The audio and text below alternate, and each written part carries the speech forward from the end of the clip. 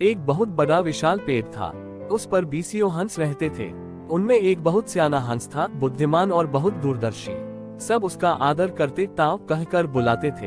एक दिन उसने एक नन्ही सी बेल को पेड़ के तने पर बहुत नीचे लिपटते पाया। ताव ने दूसरे हंसों को बुलाकर कहा, देखो, इस बेल को नष्ट कर दो।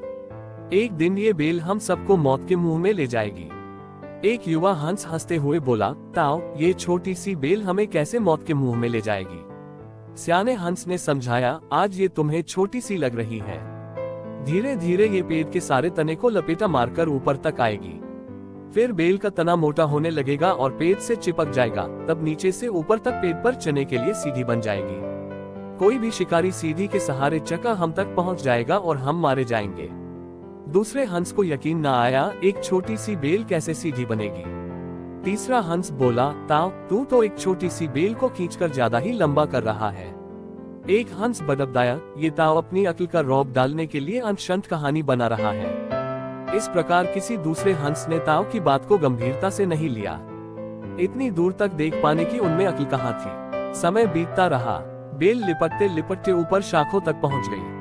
बेल का तना मोटा होना शुरू हुआ और सचमुच ही पेड़ के तने पर सीधी बन गई, जिस पर आसानी से चढ़ा जा सकता था। सबको ताव की बात की सच्चाई सामने नजर आने लगी, पर अब कुछ नहीं किया जा सकता था, क्योंकि बेल इतनी मजबूत हो गई थी कि उसे नष्ट करना हंसों के बस की बात नहीं थी। एक दिन जब सब हंस दाना चुगने बाहर गए हुए थे, तब एक बहेलिया उधर आ निकला।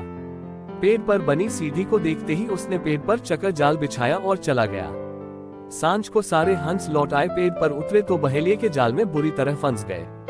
जब वे जाल में फंस गए और फफडाने लगे, तब उन्हें ताव की बुद्धिमानी और दूरदर्शिता का पता लगा। सब ताव की बात न मानने के लिए लज्जित थे और अपने आप को कोस रहे थे। ताव सबसे रुष्ट था और चुप बैठा था। एक हंस ने हिम्मत करके कहा, ताव, हम मूर्ख हैं, लेकिन अब हमसे मुंह मत फेरो।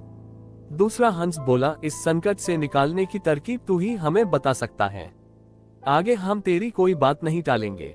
सभी हंसों ने हामी भरी। तब ताव ने उन्हें बताया, मेरी बात ध्यान से सुनो। सुबह जब बहेलिया आएगा, तब मुर्दा होने का नाटक करना।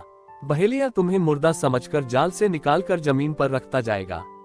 वहां भी मरे समान पड़े रहना। जैसे ही वह अंतिम हंस को नीचे रखेगा, मैं सीटी बजाऊंगा। मेरी सीटी सुनते ही सब उठ जाना। सुबह बहेलिया आया। हंसों ने वैसा ही किया जैसा ताव ने समझाया था। सचमुच बहेलिया हंसों को मुर्दा समझकर जमीन पर पटकता गया। सीटी की आवाज के साथ ही सारे हंस उठ गए। बहेलिया अवाक होकर देखता रह गया। सीखा, बुद्धिमानों की सलाह गंभीरता से लेनी चाहिए। ऐसे ही वीडियो के लिए मुझे सब्सक्राइब करें।